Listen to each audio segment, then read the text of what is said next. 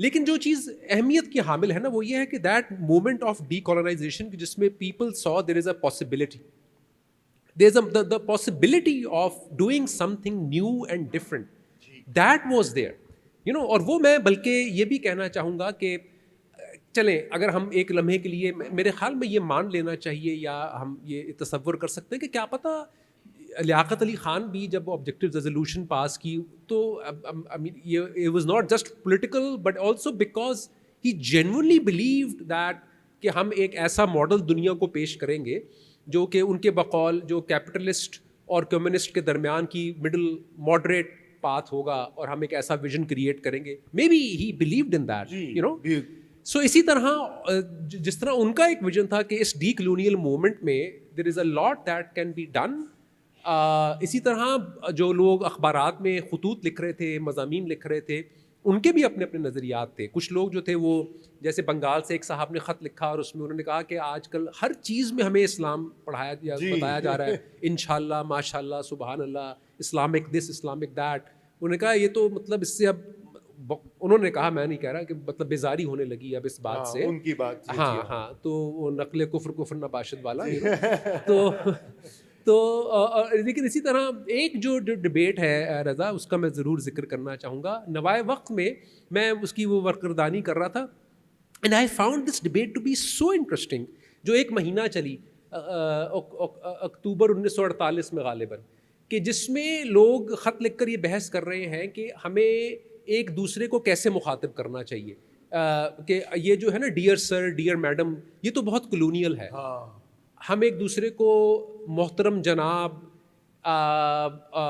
میاں, تو پھر میاں نے کہا میاں نہیں, میاں ارائی ہوتے ہیں تو نہیں میاں نہیں. پھر کسی نے کہا سید, یو نو, کیونکہ سید از عرب میں تو ہر ایک سید ہوتا ہے, مسٹر. سو اس پر کسی نے کہا نہیں, سید جو ہے وہ مخصوص ہے. سو یو نو اٹس پھر یہ بحث, you know, again, but that was about, how I read that, it's about equality, کہ we are now citizens of this state, ہم سب برابر ہیں. اب کوئی خان بہادر نہیں ہوگا, اب کوئی سید, میاں, چودھری, رانا, راجپوت, جاٹ نہیں ہوگا, اب ہم سب برابر ہوں گے. اور یہ ریفلیکٹ ہونا چاہیے in the way we address each other, and this form of address should not be colonial.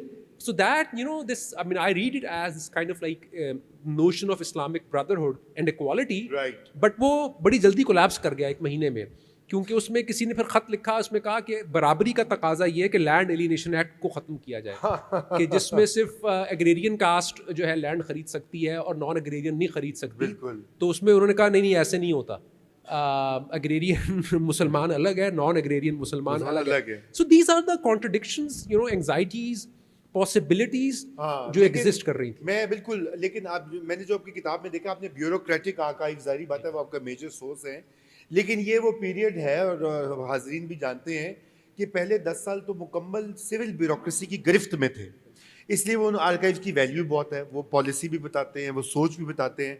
اور آپ نے جناح کی 11 اگست کی تقریر کا حوالہ دیا, جو کہ میرے نزدیک, میں نے اس کے بارے میں بہت کچھ لکھا ہے, اور لیکن اس پر بیوروکریسی کا بڑا سخت رد عمل آیا تھا. یعنی کہ اس وقت کے جو سیکرٹری کیبنٹ تھے, چودھری محمد علی, بعد میں وزیر اعظم بنے, انہوں نے سرکولر جاری کیا کہ بھئی اس تقریر کو مت چھاپا جائے, کہ یہ تو 2 نیشن تھیوری کی نفی ہو گئی, بابا جی نے کیا کہہ دیا.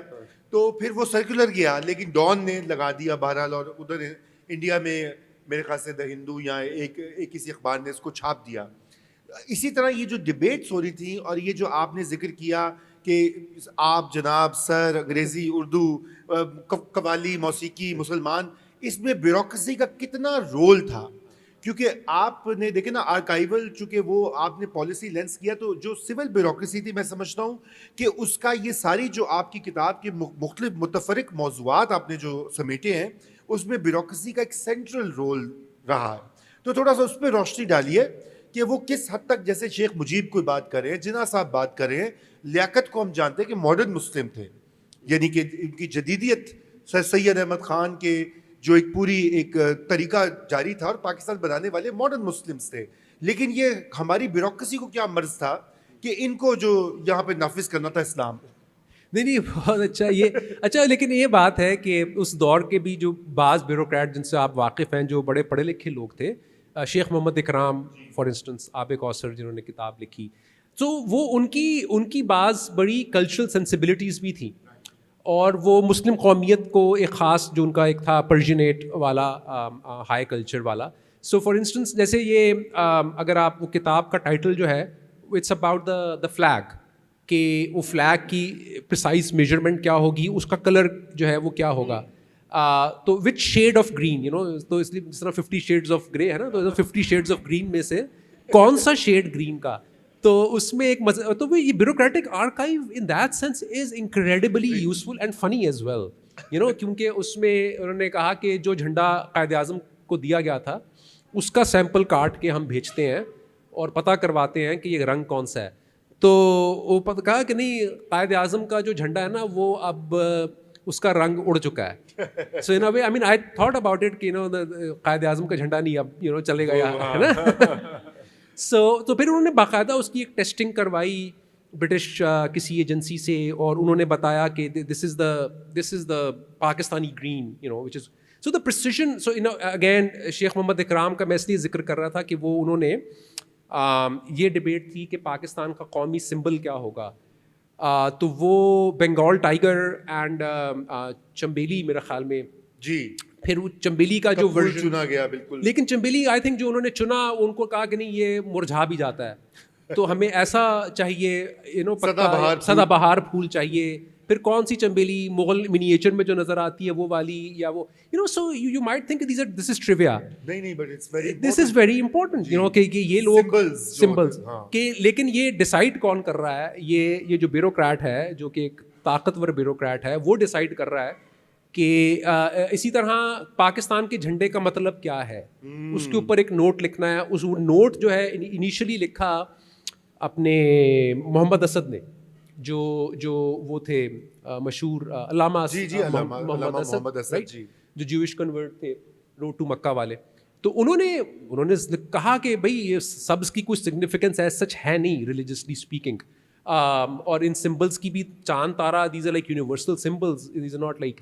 تو وہ ظاہر نوٹ ان کو پسند نہیں آیا, اس کی بجائے پھر ایک انڈر سیکرٹری تھے مرزا ابراہیم غالباً نام تھا, انہوں نے نوٹ لکھا, تو انہوں نے بتایا کہ نہیں یہ مسلمانوں کا یہ اور یہ. سو جو جھنڈا ہے اس کا کلر کیا ہے, اس کا سمبلزم کیا ہے, اس کا میننگ کیا ہے, how to fix the meaning of that meaning, تو کہ اس سے جو سمت کا تعین ہو رہا ہے کہ this is what Pakistan is, this is what Pakistan means, and this is what the symbol of Pakistan what they mean, اس کے جو مطالب جو اسٹیبلائز کر رہے ہیں یا جو طے کر رہے ہیں وہ بیوروکریٹس ہیں. بہت عمدہ.